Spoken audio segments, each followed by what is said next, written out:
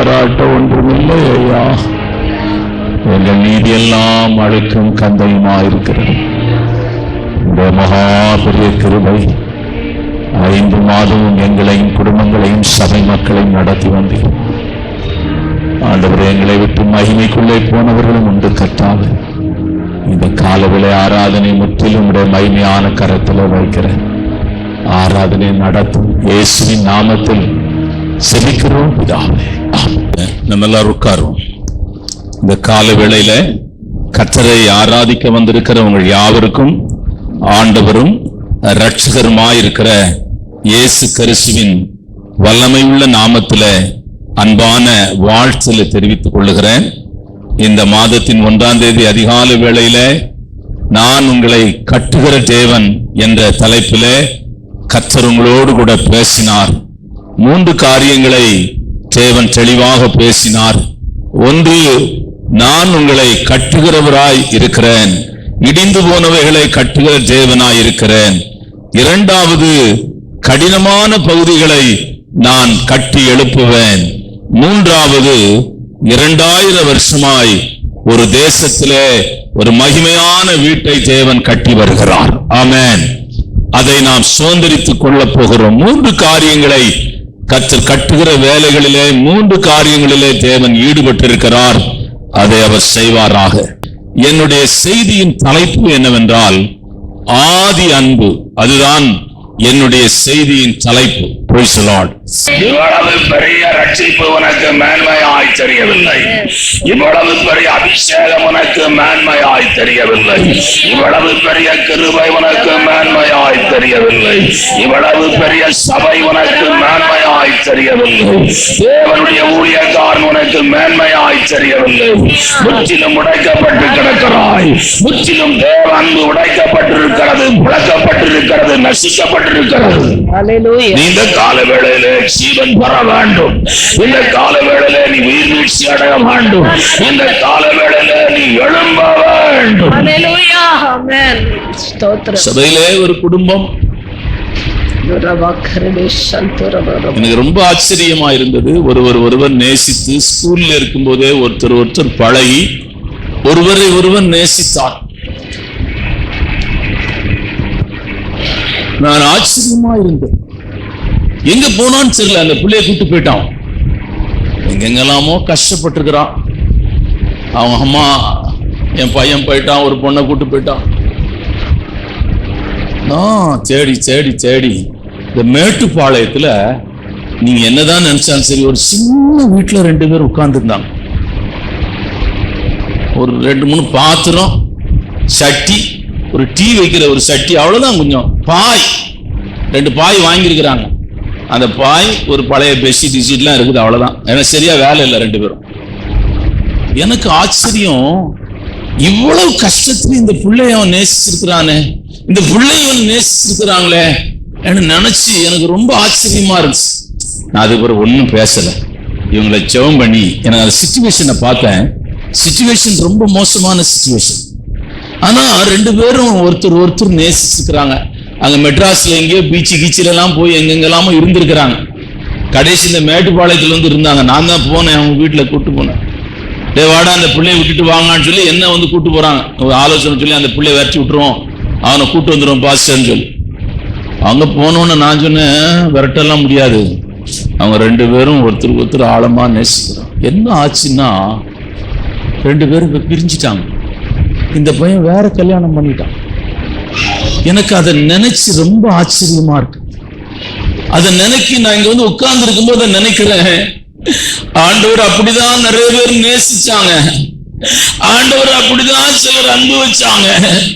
ஆண்டவர் அப்படிதான் சொன்னா, எல்லாரும் சொன்னாங்க, உம்மை விட மாட்டோம், உம்மோடு கூட இருப்போம், உம்மை நடப்போம்.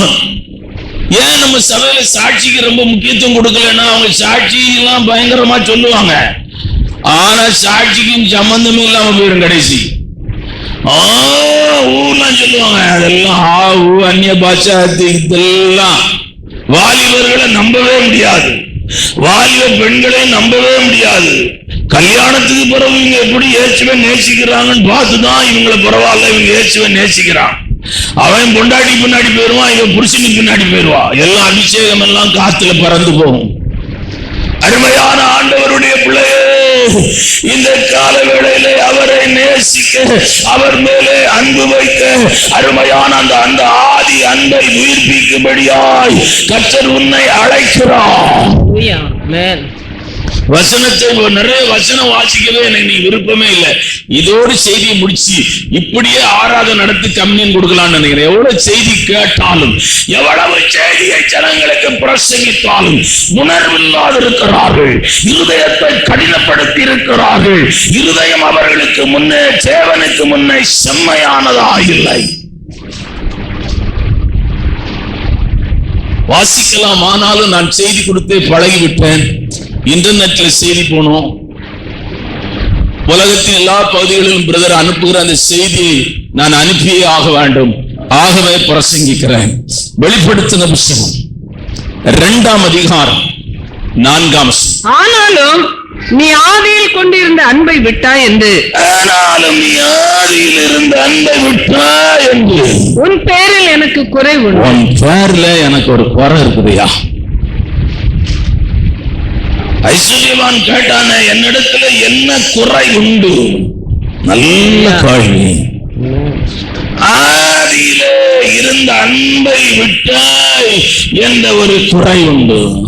யாருக்கு சொல்லுகிறார்? எபேசி பட்டணத்திலே இருக்கிற ஆவிக்குரிய சபைக்கு அப்போஸ்தலனாகிய யோவான் பத்மதீவிலே இருந்து பரிசுத்தாவியினாலே நிரப்பப்பட்டவன் எழுதுகிறான். எபேசி சபையே, உன்னிடத்திலே ஒரு குறை உண்டு. என்ன குறை என்றால், தேவன் மேலே வைத்திருக்கிற அன்பை விட்டாய் என்ற ஒரு குறை உண்டு. வெளிப்படுத்தின புத்தகம் 3ஆம் அதிகாரம் 20ஆம் வசனத்துல லவோதிக்கா சபையை குறித்து அப்போஸ்தலனாகிய யோவான் பத்மதீவில் இருந்து எழுதுகிறான். வாசிக்கலாம். இதோ வாசற்படியில் நின்று தட்டுகிறேன், இதோ வாசற்படியில் நின்று கதவை தட்டுகிறேன். ஒருவன் என் சத்தத்தை கேட்டு கதவை திறந்தால் அவனிடத்தில் நான் பிரவேசித்து. ஐயா, ஆண்டவருடைய நிலைமை எங்கே போகிறது பாருங்கள். ஏதோ இந்த சபை லவோதிக்கா சபை பாட்டு வீட்டு ஆராதனை எல்லாம் நல்லாதான் இருக்குது. ஆனா இயேசு இல்லாத பாட்டு, இயேசு இல்லாத ஊழியம், இயேசு இல்லாத ஆராதனை, இயேசுவே இல்லை. அவர் எங்க இருக்கிறார்னா, இது புதிதாய் உள்ள விசுவாசிக்கு எழுதப்பட்ட வசனம் அல்ல, இது அருமையான லவோதிக்கா சபைக்கு எழுதப்பட்ட வசனம். வெளியே நான் இருக்கிறேன், வெளியே நின்று கதவை தட்டுகிறேன். உன் அன்புக்காக நான் ஏங்குகிறேன், உன் அன்புக்காக நான் துடிக்கிறேன், உன் அன்பை நான் பெற்றுக்கொள்ள ஆசையா இருக்கிறேன். கதவை நீ திறக்க மாட்டாயா? கஷ்டம், பாடு, வியாதி வரும்போது இயேசுநாதர் நல்ல தேடினாங்க. ஆக்சிடென்ட் ஆகி காலெல்லாம் இப்படியே தூக்கி கயிறுல கட்டி தொங்க போடும் போதெல்லாம் ஒரு பாட்டு, ஜெபம். ஞாயிற்றுக்கிழமை பிரசங்கம். நான் போகும்போது அவங்க சொல்றாங்க, இப்பதான் அவங்க பிரசங்கம் கேட்டு முடிச்சோன்னாங்க. எனக்கு ரொம்ப சந்தோஷம். சரி, இவனை படுக்கையில போட்டாவது நம்ம பிரசங்கத்தை கேட்க வச்சிருக்காரு நான் மனசு நினைச்சுக்கிட்டேன். எல்லாம் அருமையான இப்ப சூழ்நிலைகள் சாத கொஞ்சம் வசதி வந்துட்டு, பிள்ளைங்க படிச்சு கொஞ்சம் தலை தூக்கிட்டாங்க, கொஞ்சம் பணம் வந்துட்டு, வீடு வந்துட்டு. முன்ன என்ன வீடு? சின்ன வீடு. உள்ள போகணும்னா என்ன போல ஆள் போகணும்னா இப்படியேதான் போகணும். இப்ப நிலைமை மாறி போச்சையா, இப்ப நிலைமை மாறி போச்சு. வந்தா சபைக்கு உண்டு, வரலனா இல்ல. பிள்ளைங்க சொல்றத கேட்கிறாங்க. பிள்ளைங்க என்ன சொல்றாங்க அததான் இப்ப கேட்கிற நிலைமைக்கு பெற்ற தாய் தகப்ப வந்துட்டாங்க. இவங்க ஜெபம் பண்ணிதான் இந்த பிள்ளைங்க கூட நிலைமைக்கு வந்திருக்கிறாங்க. ஆனா இப்ப அந்த பிள்ளைங்க சொல்றத கேட்கிறாங்க. மம்மி இன்னைக்கு ஃபங்க்ஷன் போவோம், ஃபங்க்ஷனுக்கு போவோம், மம்மி இன்னைக்கு அந்த புரோகிராம் இருக்குது. ஐயா, நீ உடைக்கப்பட்டு கிடக்கிறாய். தேவனிடத்திலிருந்து நன்மை பெறலாம் என்று நினைக்காதே. தேவன் உன்னை ஆசீர்வாதத்தின் பூரணத்தை நீ அனுபவிக்கலாம் என்று யோசிக்காது. தேவ சத்தத்தை கேட்கலாம், தேவ பிரசன்னத்தை உன்னாலே உணர முடியவில்லை, தேவனுடைய சமூகத்தை உன்னாலே உணர முடியவில்லை, தேவ சமூகம் உனக்கு இன்பமான இடமாய் உணர முடியவில்லை. மாற்றாளே மாற்றாளே, நீ அநேக காரியத்தை குறித்து கவலைப்படுகிறாய். தேவையானது ஒன்றே, மரியாள் தன்னை விட்டு எடுபடாத நல்ல பங்கை தெரிந்து கொள்ளுகிறாள். ஆமென். உன்னத பாட்டின் புஸ்தகம் 5ஆம் அதிகாரம் 2ஆம் வசனத்தை வாசிக்கலாம். உன்னத பாட்டின் புஸ்தகம். நான் நித்திரையா பண்ணினேன், என் இதயமோ விழித்திருந்தது. கதவை தட்டுகிற என் நேசரின் சத்தத்தை கேட்டேன். கதவை தட்டுகிற என் நேசரின் சத்தத்தை கேட்டேன். என் சகோதரியே, என் பிரியமே, என் பிரியமே, புறாவே, என் புறாவே, உத்தமியே, என் உத்தமியே, கதவை திற. என் தலை பனியினாலும், என் தலை பனியினாலும், என் தலைமயிர் இரவில் பெய்யும் தூறலினாலும் நனைகிறது. ஐயா, ஆண்டவருடைய நிலைமை எவ்வளவு மோசமாச்சியா? ஏயா ஒன்னு மட்டும் ஆண்டவர் இவ்வளவு தேடி வரணும் எனக்கு தெரியல. யோனாவை கடைசி வரையிலும் அவனை பின்தொடர்கிறார். அருமையான எலியாவை தேவன் பின்தொடர்கிறார். உன்னையும் ஆண்டவர் பின்தொடர்ந்ததுனால நீ ஜீவனோடு கூட இருக்கிறார். ஆண்டவரை விட்டு தூரம் போன நேரம் உண்டு, ஆண்டவரை விட்டு தூரமாய் சென்ற நாட்கள் உண்டு. உலகத்தின் ஆசீர்வாதங்களுக்காக இயேசுவை மறுதலித்தவர்கள். மறக்க முடியாத ஒன்று, ஆதி நாட்களிலே சுப்பையன் என்ற ஒரு சகோதரன், அவன் ஆண்டவரை மறுதலித்தான். தும்பா ராக்கெட்ல வேலை கிடைச்சதுனால எல்லா வசனத்தையும் வீட்டுல இருந்து எடுத்து சாமி படத்தை வீட்டுல போட்டு அவங்க இன்ஸ்பெக்ஷன் வரும்போது ஒரு பெரிய சிஸ்டரை இப்படி குடிச்சுக்கிட்டு ஊழியம் செய்யிட்டு இருந்தான். சிஸ்டரை குடிச்சிட்டு இப்படியே ஊதிட்டு இருந்தான். இவன் மேல அந்த ஊர்லாம் கம்ப்ளைண்ட் பண்ணாங்க, ஊழியக்காரன் இவனுக்கு சர்டிபிகேட் கொடுக்க கூடாது. அவங்க சொன்னாங்களா, அதிகாரிங்க நீங்க தப்பா ஏதோ சொல்லிட்டீங்க, நாங்க பார்த்தோம், சர்டிபிகேட் உடனே கொடுத்துட்டான். வேலையில ஜாயின் பண்ணா பைத்தியம் பிடிச்சிட்டு இன்னும் பைத்தியக்காரனா இருக்கிறான். அந்த ஊர்ல இன்னும் இருக்கிறான், வேலையில அவன் தொடர முடியவில்லை.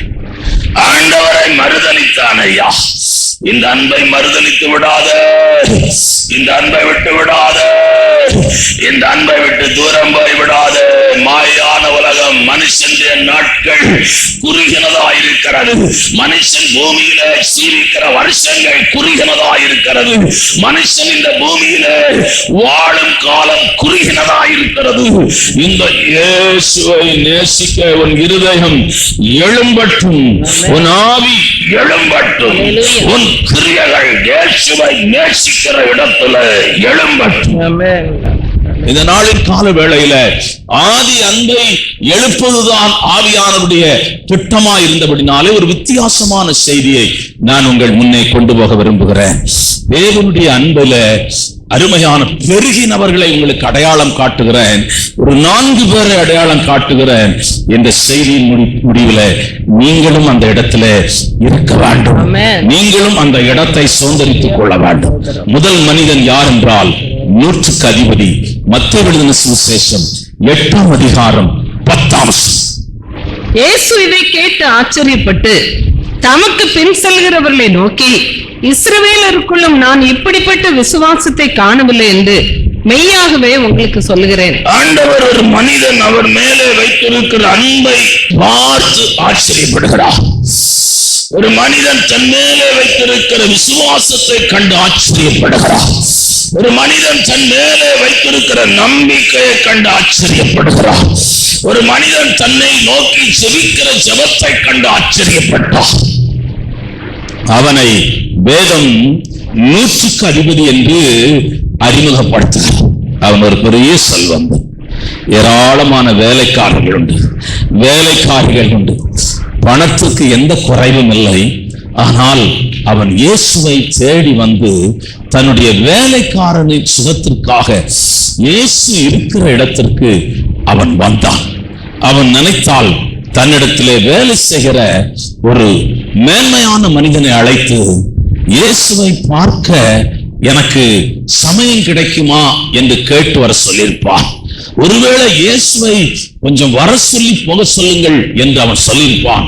அதற்கான பண செலவுகள், அதற்கான பொருள் செலவுகள், அதற்கான வாகனங்களை நான் அவருக்கு அனுப்புகிறேன் என்று கூட சொல்லியிருக்கலாம்.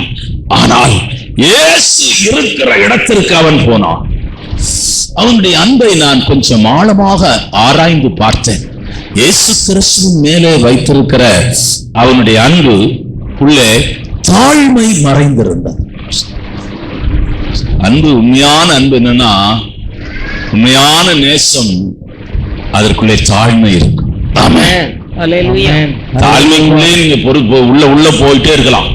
வேதத்துல அது பொறுமை உள்ளது, சகிப்புத்தன்மை உள்ளது, பாவத்தை மன்னிக்கிறது எல்லாம் இருக்கு. ஒரு தாழ்மை இருக்கலாம்.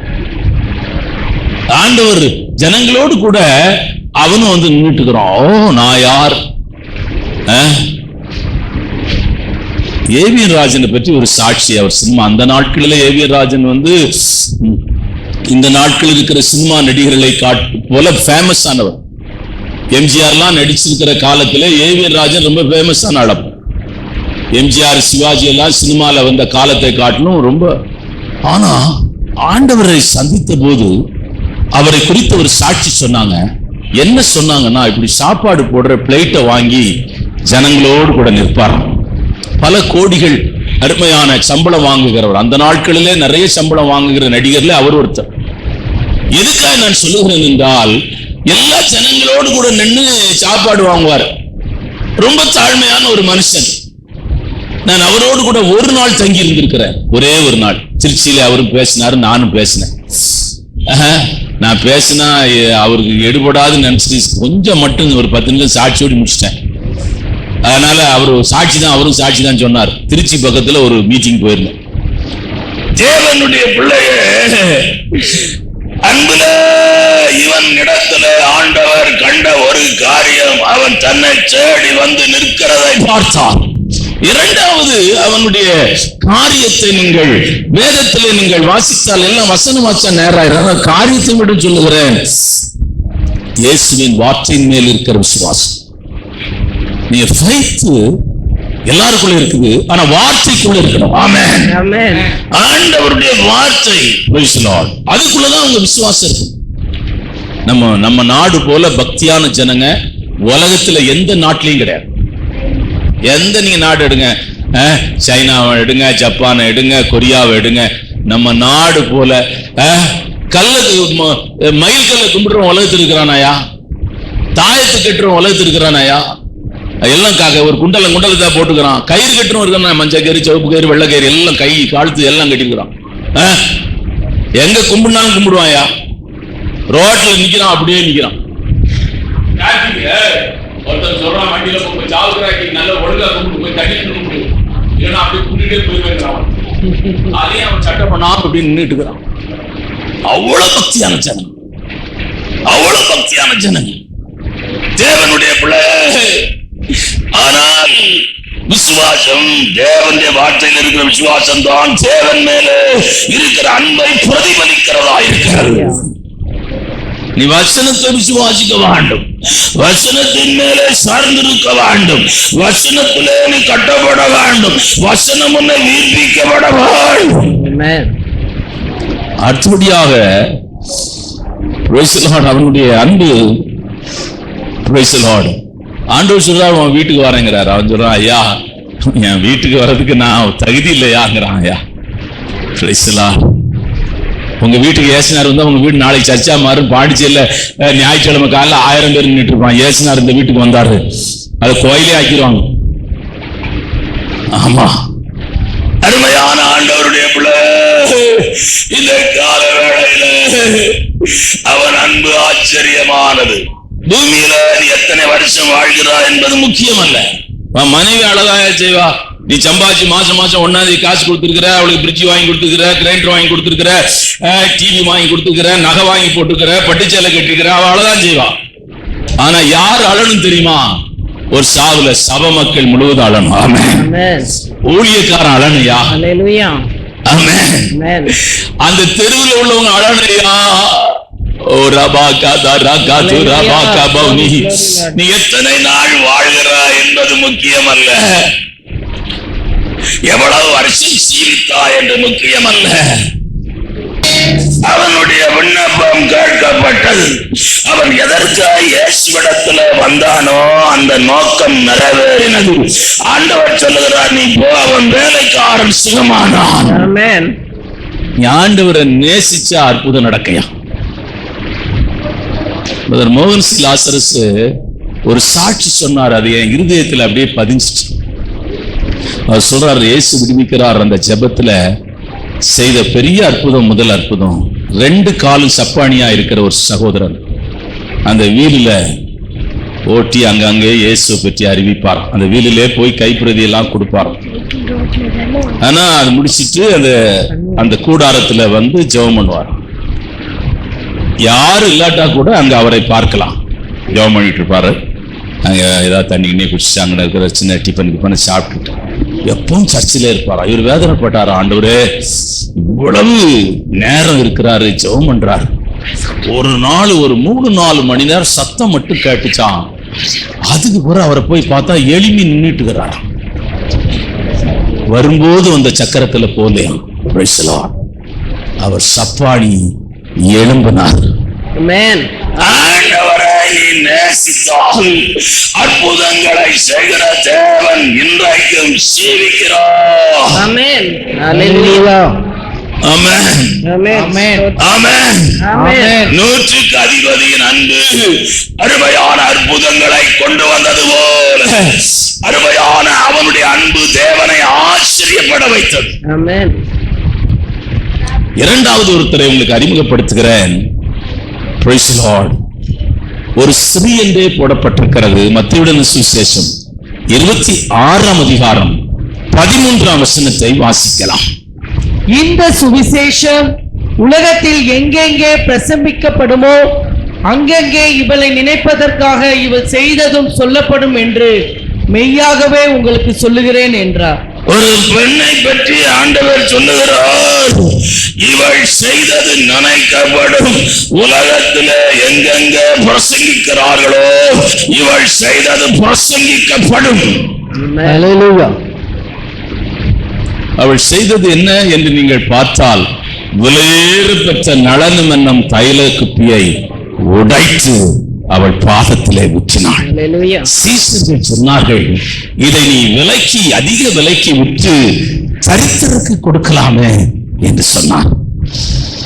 இவ்வளவு பணம் கொடுக்கிறிய ஊழியத்துக்கு, இவ்வளவு பொருள் நீ கொடுக்கிறிய, இதை ஏழை கொடுக்கலாமே. அங்க வாசிக்கலாம். அதே மத்தேயுவின் சுவிசேஷம் 26ஆம் அதிகாரம் 9ஆம் வசனத்தை வாசிக்கலாம். இந்த தைலத்தை உயர்ந்த விலைக்கு விற்று தரித்திரருக்கு கொடுக்கலாமே என்றார்கள். ஆண்டவர் சொல்றாரு, இயேசு அதை அறிந்து அவர்களை நோக்கி நீங்கள் இந்த ஸ்திரீயை ஏன் தொந்தரவுபடுத்துகிறீர்கள்? என்னிடத்தில் நற்கிரியை செய்திருக்கிறாள். தரித்திரர் எப்போதும் உங்களிடத்தில் இருக்கிறார்கள். நானோ எப்போதும் உங்களிடத்தில்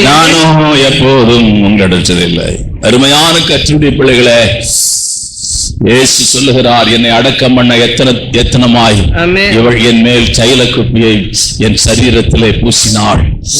சீசர்கள் அவளை அதட்டாதீர்கள் என்று சொன்னார். ஆமென்.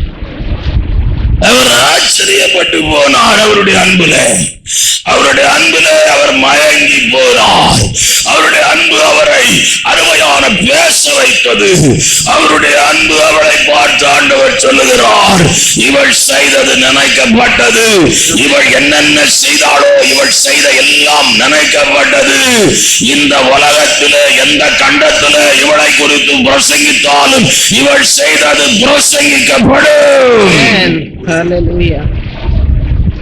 வேதத்தில் ஒரு மனுஷன் இருக்கிறான், மறிச்சும் பேசுறாயா.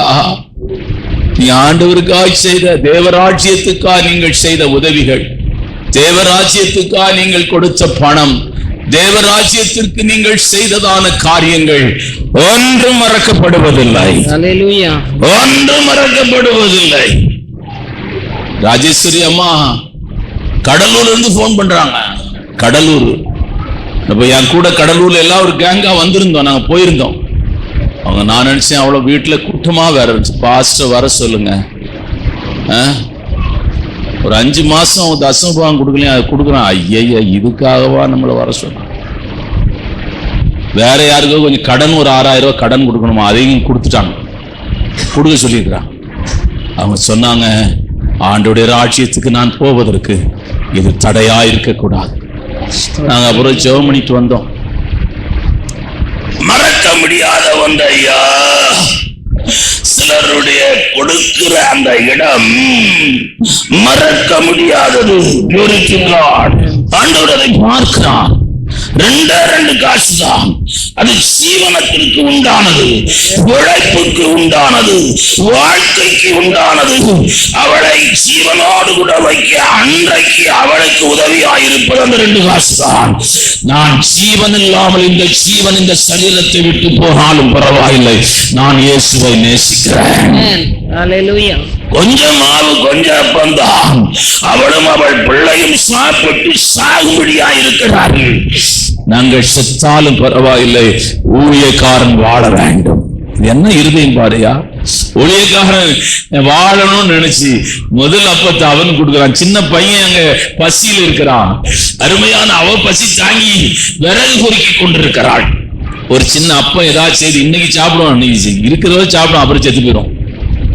ஓ, கர்த்தர் உன்னை காண்கிறவர், கர்த்தர் உன் கிரியைகளை காண்கிறவர், கர்த்தர் உன்னை பார்க்கிறவர். கர்த்தர் உன்னை மறக்க மாட்டார், உன் குடும்பத்தை மறக்க மாட்டார், உன் பிள்ளைகளை மறக்க மாட்டார். ஓ, அவர்கள் கொம்புகள் உயர்த்தப்படும். இன்றைக்கு ஒருவேளை நீ தாழ்ந்த நிலைமையில் இருக்கலாம், இன்றைக்கு பொருளாதாரத்தோடு கூட நீ போராடி கொண்டிருக்கலாம். நீ அள்ளி அள்ளி கொடுக்கிற நாட்கள் வரும். அருமையான தேவனுடைய பிள்ளைகளை, பலகணிகளை திறந்து இடங்களாது போக மட்டும் கர்த்தர் உன்னை ஆசீர்வதிக்கிற நாள் வரும். தேவனுடைய பிள்ளைகள், நீ கர்த்தருடைய ராஜ்யத்திற்காய் செய்தவைகளை ஒன்றையும் ஆண்டவர் மறக்கவில்லை. பசியாயிருந்தேன், எனக்கு ஆகாரம் தந்தீர்கள். நான் வியாதியாயிருந்தேன், என்னை விசாரித்துக் கொண்டீர்கள். நான் காவலிலே இருந்தேன், என்னை பார்க்க வந்தீர்கள். இந்த வசனத்தை மையமாய் வைத்த தரிசனத்தை உடைய அருமையான தாய்தான் தெரசாமா. அந்த தரிசனம் தான், இந்த ஒரே ஒரு வார்த்தை தான் அவளை இந்தியா தேசத்துக்கு கொண்டு வந்தது. தன்னுடைய வாழ்நாளெல்லாம் திருமணம் பண்ணாமல், அருமையானவர்கள் திருமணமும் பண்ணவில்லை, தன்னுடைய உறவுகளையும் பார்க்க போகவில்லை. நான் அடிக்கடி என்னை அசைத்த ஒரு காரியம், நிருபர்கள் கேட்பார்கள், உங்க சகோதரியை பார்க்க போலையா, உங்க அம்மாவை நீங்க பார்க்க போலையா, இவ்வளவு சோசியல் ஒர்க் செய்றீங்களே. அவங்க சொன்ன வார்த்தை என்ன தெரியுமா? எங்க அம்மாவை பார்க்க போய் என் சகோதரியை பார்க்க போனா பாசம் ஒருவேளை அதுல நிரம்பி நான் அங்க இருந்துருவேன், அதனால நான் போல, என் தரிசனம் நிறைவேறணும். நான் எதுக்கா இந்தியாவுக்கு வந்தேனோ அந்த நோக்கம் நிறைவேறணும். இந்தியாவிலே வாழ்நாட்களை செலவு பண்ணி இந்தியாவிலே மரித்த ஒரு தாய், அருமையான இன்றைக்கும் மரித்தும் அவர்கள் பேசிக் கொண்டிருக்கிறார்கள். அருமையான ஸ்டாம்பிலே பொதுவாக அரசியல்வாதியுடைய தலைதான் இருக்கும். இந்த அம்மாவுக்குன்னே ஒரு ஸ்டாம்ப் போட்டுக்கிறாங்க. Glory to God. இந்திய ராணுவத்தை அனுப்பி வச்சாங்க. அந்த ராணுவம், அந்த பெரிய ஆட்கள் சாகும்போது அனுப்புற அந்த ராணுவத்தை அனுப்பி வச்சாங்க. ராணுவ மரியாதையோடு தான் அந்த அம்மாவை அடக்கம் பண்ணாங்க, இந்திய ராணுவ மரியாதையோடு. ஏனென்றால் இந்தியாவே அவங்க அசைச்சிட்டாங்க. ஆமென். இந்தியா தேசம் அசைக்கப்பட்டது. தேவன் அவருடைய சோசியல் ஒர்க்கு சாதாரண சோசியல் ஒர்க் இல்ல. அவங்க குஷ்டரோகி கூட உட்கார்ந்து குஷ்டரோகியை கழுவிட்டு இருப்பாங்க சில நேரம். அருமையான அவங்க இருக்கிற இடத்துல ரொம்ப மணி நேரம் செலவு பண்ணுவாங்க. நாற்றம் எடுக்கிற சரீரம், அருமையான அந்த இடத்துல உட்கார்ந்து நேரத்தை செலவு பண்ணுவார்கள். இந்தியாவை அசைத்த ஒரு மாபெரும் பெண்மணி, அருமையான இப்படி நிறைய பேர் இருக்கிறார்கள். நாசரேத்தில் ஒரு அம்மா இருக்கிறாங்க, அவங்க கார்மேக்கேல் அம்மையார். கார்மேக்கேல் அம்மையார் அவங்க, நீங்க அந்த நாசரேத்துக்குள்ள பஸ் உள்ள போனாலே அந்த பெரிய போர்டு இருக்கும், தாய் தகப்பன் இல்லாத பிள்ளைகளை ஆதரிக்கிற ஒரு தாய். அவங்களை அடக்கம் பண்ணதுக்கு கல்ற கட்டுறதுக்கு சொன்னாங்களாம். அதுக்கு அந்த அம்மா சொன்னாங்களாம், இருக்கும்போது உயிரோடு இருக்கும்போது கல்ற கட்டுற செலவையும் இந்த பிள்ளைகளுக்கு கொடுத்துருங்கன்னாங்களாம். அவங்களுக்கு கல்ற எனக்கு கட்ட வேண்டாம், சும்மா மண்ணுல புதைச்சா போதுன்னாங்க. அருமையான ஆண்டவருடைய பிள்ளை இந்த கால வேளையில அருமையான அவள் செய்தது நினைக்கப்பட்டது, நினைக்கப்படும், பேசப்படும். மகிமையிலே மகிமை உண்டாகும். அருமையான நட்சத்திரத்தின் மகிமை வேறு, சந்திரனின் மகிமை வேறு, சூரியனுடைய மகிமை வேறு. மகிமைக்கு மகிமை வித்தியாசமா இருக்கிறது போல அவர்கள் செய்த கிரியைகளுக்கு மகிமையிலே மேன்மையான மகிமையை அவர்கள் சுதந்தரித்துக் கொள்வார்கள். ஆமென். ஹல்லேலூயா. அடுத்து ஒருவரை உங்களுக்கு அறிமுகப்படுத்துகிறேன். ஆதி அன்பு எப்படி ஆயிலும் புதுப்பிக்கப்பட வேண்டும். ஆதி அன்பு எப்படி ஆயிலும் கட்டப்பட வேண்டும். ஏதோ ஞாயிற்றுக்கிழமை வந்தோம், பாட்டு பாடணும், ஜெபம் பண்ணோம், பாசகம் பண்ணாரு. அப்படி போயிடக்கூடாது ஐயா, அப்படி போயிடாத. இந்த இடத்தை விட்டு இந்த ஞாயிற்றுக்கிழமை போகும்போது ஒரு வேதனையோடு போகணும், ஒரு துக்கத்தோடு கூட போகணும். அப்பா உண்மையிலே வைத்திருக்கிற அன்பு எனக்குள்ள பெருகட்டும் ஐயா, உண்மையிலே வைத்திருக்கிற அன்பு எனக்குள்ள கட்டப்படட்டும் ஐயா, உண்மையிலே வைத்திருக்கிற அன்பு சீவனுள்ள அன்பாய் மாறட்டும். ஆமென். ஹல்லேலூயா. கபா கபா பபா பபா சீவனுள்ள அன்பு. மும்தாஜ் தாஜ்மஹாலை கட்டியிருக்கிறான் தன் மனைவிக்காக. யோசிச்சு பாருங்க, முழு குர்ஆன் அங்க போட்டுக்கிறான். நான் போகல, நமக்கு அங்க போற வேலை இருந்தா பார்த்துட்டு வந்திருப்பேன். எனக்கு பார்க்கணும்னு ஆசை. ஏன்னா உலகம் முழுவதும் கல்யாணம் பண்ணா அந்த வேல்டுல அங்க போகும்போது சொல்றாங்க தாஜ்மஹாலுக்கு ஒரு டூர் அனுப்பிடுவாங்களாம், புது பொண்ணையும் மாப்பிள்ளையும். அவன் போய் தாஜ்மஹாலை பார்த்துட்டு வர.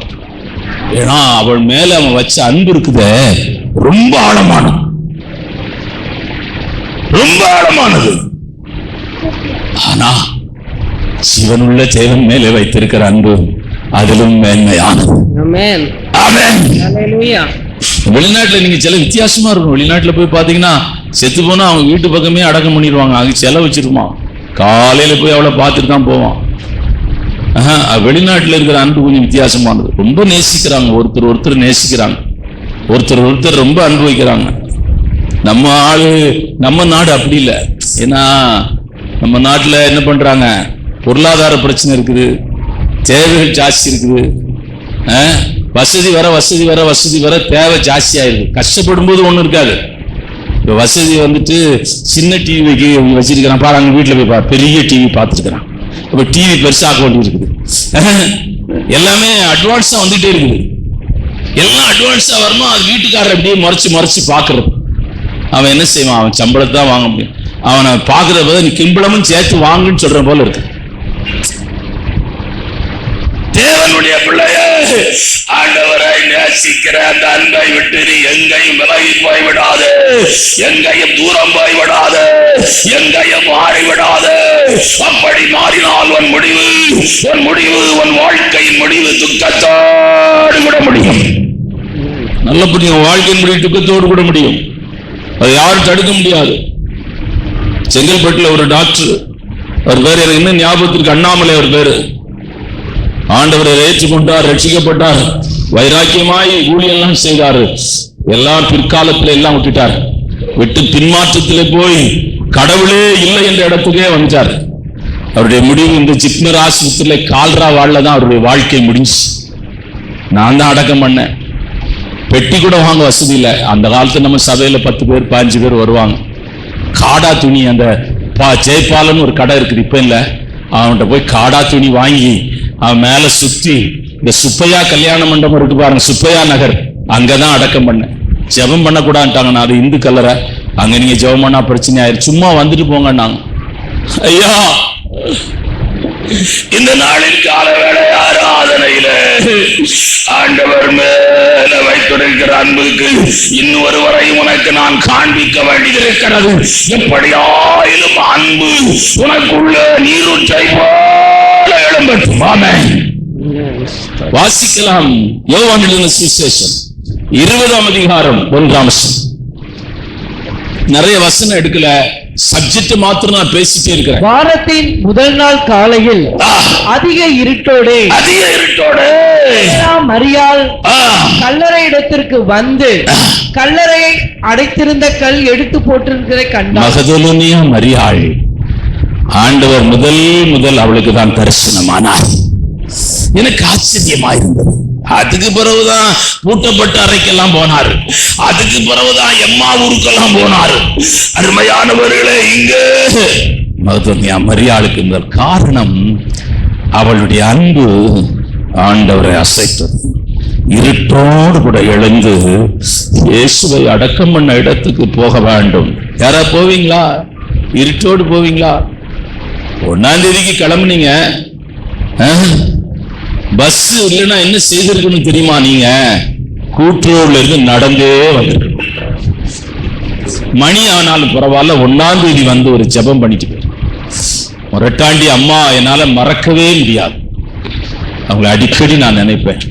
கங்கா தாயை மறக்கவே மாட்டேன், அடிக்கடி நினைப்பேன். அங்கே இருந்து வயசானவங்க நடந்தே வருவாங்க. ஒரு பைய இப்படி சுத்தி கட்டியிருப்பான். பஸ்ஸுக்கு காசு இருக்குதாங்க? அதெல்லாம் இருக்குதையா, சோத்திரையா, அதெல்லாம் இருக்குதையா. இங்க உட்காந்து எல்லாரையும் பார்த்து பேசி எல்லாம் எடுத்துட்டு போவாங்க. காசு இருக்காது, போறதுக்கும் காசு இருக்காது. அது ஒரு பொடி நடையா நடந்தா போயிடலாம். இங்க இருந்து மறுபடியும் நடந்தே போவான். ஆமே, தேவனுடைய பிள்ளைகளை கர்த்தர் மறக்காதவர். அவரை ஆராதிக்க அவர்கள் பட்ட பிரயாசம். அங்க பஸ்ல ஏத்த மாட்டான்.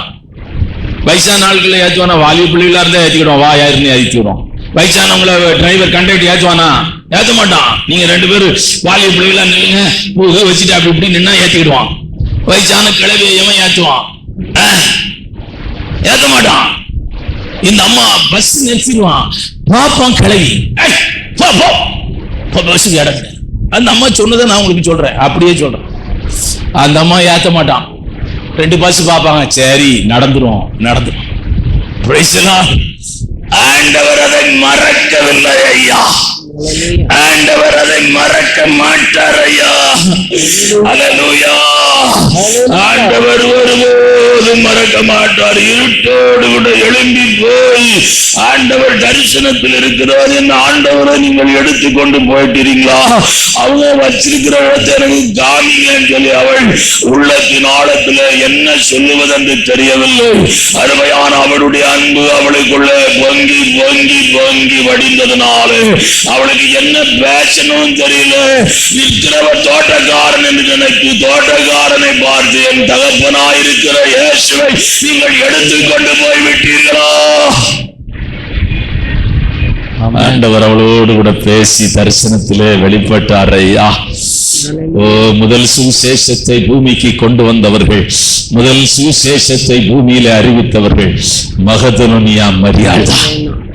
அவள்தான் இயேசுவை உயிர்த்தெழுந்தார் என்ற நற்செய்தியை, உயிர்த்தெழுந்தார் என்ற மகிமையான செய்தியை பூமிக்கு அறிவித்தவள். ஹல்லேலூயா. ஆண்டவர் உனக்கு தரிசனம் ஆவார். Praise the Lord. இயேசு உன்னோடு கூட பேசுவார், உன்னோடு கூட இடைபடுவார், உன்னோடு கூட பேசுவார். டிஜிஎஸ் சொல்லுகிறார், என்னோடு கூட முகமுகமாய் கர்த்தர் பேசினார், எனக்கு அவர் தரிசனமானார்.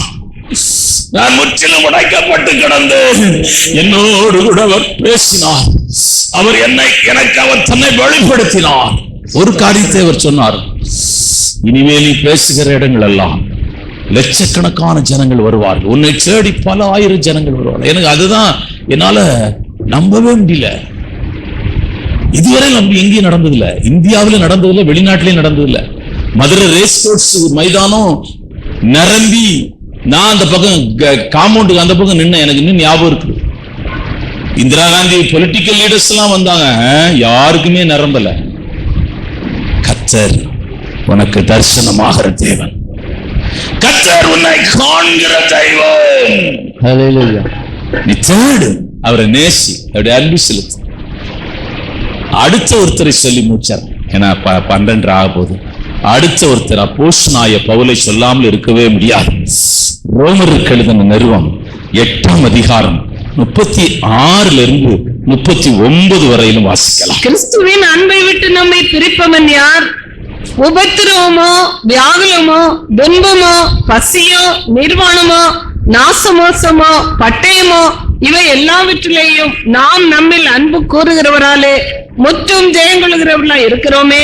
மரணமானாலும் ஜீவனானாலும் தேவ தூதர்களானாலும் அதிகாரங்களானாலும் வல்லமைகளானாலும் நிகழ் காரியங்களானாலும் வருங்காரியங்களானாலும் உயர்வானாலும் தாழ்வானாலும் வேறு எந்த சிருஷ்டி ஆனாலும் நம்முடைய கர்த்தராகிய கிறிஸ்து இயேசுவில் உள்ள தேவனுடைய அன்பை விட்டு நம்மை பிரிக்க மாட்டாது என்று நிச்சயித்திருக்கிறேன். அவன் தன்னுக்கும் தேவனுக்கும் உள்ள அன்பை ரோம் தேசத்தில் இருக்கிற சபைக்கு எழுதுகிறான். கிறிஸ்துவின் அன்பிலிருந்து இந்த உலகத்திலே எந்த வல்லமையாலும் பிரிக்க முடியாது என்று எழுதுகிறான். அகபு என்ற ஒரு மனுஷன் அப்போஸ்தலருடைய புத்தகத்தை நீங்கள் வாசிக்கும் போது 21ஆம் அதிகாரம் 10 to 13 வரையிலும் வாசிக்கும் போது அகபு என்ற ஒரு மனுஷன் நாங்கள் அநேக நாள் அங்கே தங்கி இருக்கையில் அகபு என்னும் பெயர் கொண்ட ஒரு தீர்க்கதரிசி யூதேயாவிலிருந்து வந்தான். அவன் எங்களிடத்தில் வந்து பவுலினுடைய கச்சையை எடுத்து தன் கைகளையும் கால்களையும் கட்டிக்கொண்டு, இந்த கச்சையை உடையவனை எருசலேமில் உள்ள யூதர் இவ்விதமாய் கட்டி புறஜாதியார் கைகளில் ஒப்பு கொடுப்பார்கள் என்று பரிசுத்த ஆவியானோர் சொல்லுகிறார் என்றான். இவைகளை நாங்கள் கேட்ட பொழுது எருசலேமுக்கு போக வேண்டாம் என்று